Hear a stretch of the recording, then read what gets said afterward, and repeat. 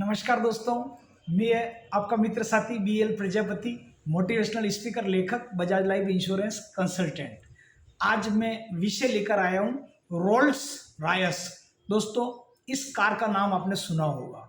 ये सबसे महंगी कार है और उस जमाने में भी, आज के आज़ादी के पूर्व भी जब इतनी महंगी थी, तो आज भी इसकी कीमत लगभग 10 करोड़, 5 करोड़, 6 करोड़, 7 करोड़, 8 करोड़, 10 करोड़ तक के भी इसके मॉडल सुनने में आए हैं और देखे भी हैं। तो दोस्तों, आइए कहानी आगे बढ़ाते हैं। रोल्स रॉयस कार क्या है और यदि कोई आपका अपमान करे तो आप उसका जवाब कैसे दे, बिना लड़ाई किए, है ना, डेवलपमेंट से कैसे दे, ऐसा जवाब दे कि वो भी याद रखे कि मेरा किस आदमी से पाला पड़ा। दोस्तों, बात है पुराने समय की। राजा जय सिंह, जो कि अलवर राजस्थान के राजा थे। पुराने समय में छोटी छोटी रियासतें होती थी, जैसे गुजरात रियासत, कश्मीर रियासत, है ना, अलग अलग, राजस्थान की, उत्तर प्रदेश की, ये रियासतों में पूरा भारत बटा हुआ था। तो अलवर डिस्ट्रिक्ट जो है, अभी बताते हैं कि उधर पहाड़ी क्षेत्र को उन महाराजा ने बहुत सुंदर किया था और उनका नाम चलता था। पुराने जमाने में राजाओं का नाम चलता था। तो दोस्तों, अलवर के राजा मतलब जय सिंह जी एक बार घूमने के लिए लंदन गए। तो लंदन में उन्होंने देखा सादी वेशभूषा में रहते थे, क्योंकि अपनी भारतीय संस्कृति तो हमेशा मतलब एक सादी वेशभूषा में ही रही है और अच्छी भी लगती है। तो दोस्तों, राजा जब सादी वेशभूषा में, उन्होंने रोल्स रॉयस का शोरूम देखा लंदन के अंदर और उन्होंने कीमत पूछी। तो उनको बाहर, उनको सिक्योरिटी गार्ड ने ही रोक दिया कि भैया क्या है, बोले ये कार कितने में आती, क्या है। उन्होंने अंदर जाके थोड़ा प्रश्न किया, लेकिन उन्होंने बोला ये आप नहीं खरीद सकते हो, और उनको वहीं मतलब जो है रोक दिया गया।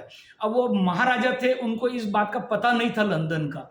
उन्होंने फिर मतलब जो है बताया कि भैया ये कार मैं खरीदना चाहता हूँ, इसकी क्या कीमत है, क्या है। तो वो नहीं माने।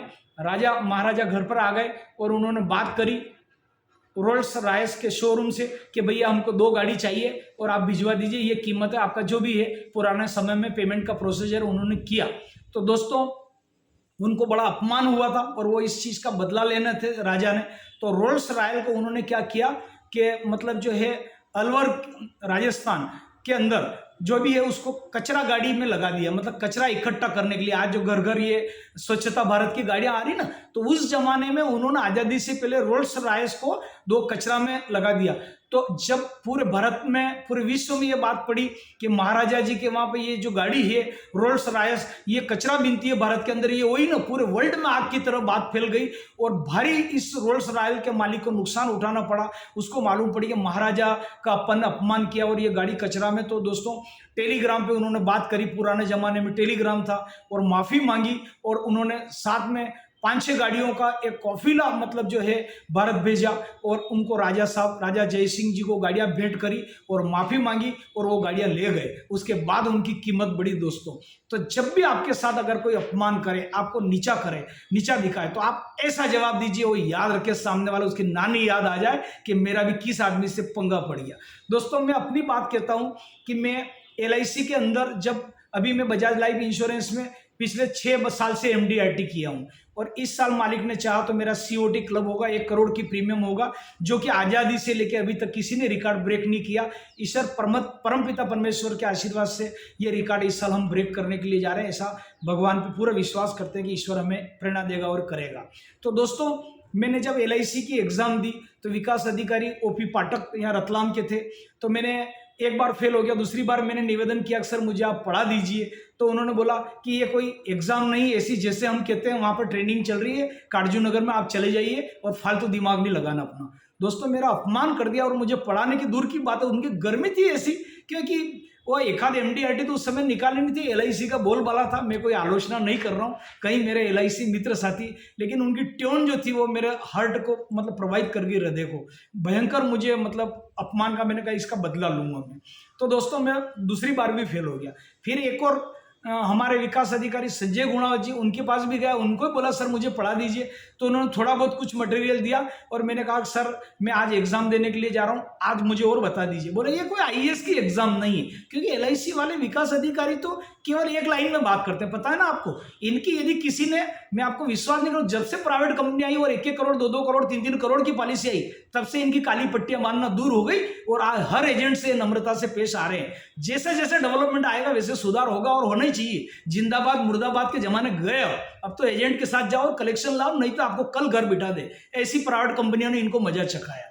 तो मैं आज भी LIC की बुराई नहीं कर रहा हूँ, कंपनी बढ़िया, लेकिन एम्प्लॉय एडवाइजर जो बेचारा घर घर जाके कलेक्शन करता है, उनके साथ आज भी इनका रवैया खराब है। इनको सुधारना चाहिए इस वीडियो से, यदि वो सुनते हैं, थोड़ी भी उनमें नम्रता है तो जो मेरे साथ हुआ। तो दोस्तों मैं तीसरी बार भी सक्सेस नहीं हुआ। फिर मैं सक्सेना बाबा जी के पास गया, वो हस्तरेखा देखते थे। उन्होंने बोला बेटा कोई निजी कंपनी आएगी, उसमें तेरा योग है और करोड़ों रुपए तेरा जाएगा। आज सक्सेना बाबा जो बापू संत आशाराम बापू जी से पुराने साधक थे, उनकी आयु थी उस समय 80-85 और 95 वर्ष की आयु में आज उनका शरीर नहीं है। उन्होंने बोला बेटा तेरा करोड़ों कलेक्शन जाएगा और तू जिस कंपनी में जाएगा उसमें तेरे विदेश तक के योग है। आज उनकी अमृतवाणी सत्य साबित हुई, उनका शरीर नहीं है इस दुनिया में। नमन करता हूँ शास्त्री नगर के रहने वाले, रतलाम मध्य प्रदेश, बाबा सक्सेना, सभी जानते हैं आसाराम बापू जी के साधक। तो दोस्तों मैं 6 बार मेरी लगभग विदेश यात्रा हो गई है और हर साल मुझे विदेश यात्रा भेजती है बजाज एलायंस और करोड़ों में कलेक्शन जा रहा है। तो दोस्तों जो होता है अच्छा होता है। उन विकास अधिकारी वो मुझे एक शादी समारोह में मिले, मिस्टर OP पाठक, मेरे से हाथ मिलाया कि क्या हुआ एग्जाम का, LIC का विचार किया। मैंने कहा IM MDRT कंटिन्यू 2 ईयर। उस समय मेरा 2 बार MDRT हो गया था, अभी तो मेरा 6 बार हो गया। और LIC के विकास अधिकारी मैंने संजय गुणावत जी को ही बोला कि साहब मैं 6 बार MDRT हो गया हूँ। हर साल MDRT निकलता हूँ, हर बार उनको मेरा वीडियो भेजता हूँ कि भैया ये बधाई की जो भी स्क्रीनशॉट लेके व्हाट्सएप के, क्योंकि जिन लोगों पर ट्यूनिंग ऐसा थी उनको जरूर अवगत करना चाहिए। आज भी उनसे मैंने कुछ सीखा है, शायद इस वीडियो से उनको बुरा न लगे, लेकिन जो सच बात है, जब जब आपका कोई अपमान करे तो उसका बदला इसी तरह से देना चाहिए, न कि लड़ाई झगड़, न कि शब्दों में तू तुकारापन होना चाहिए। तो दोस्तों वीडियो कैसा लगा, इसको आगे शेयर करिए।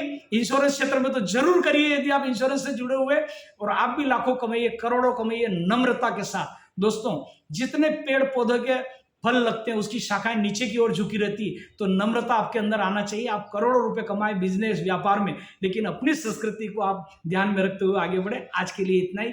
मैं BL Prajapati, motivational speaker, Bajaj life insurance consultant. आज के लिए इतना ही।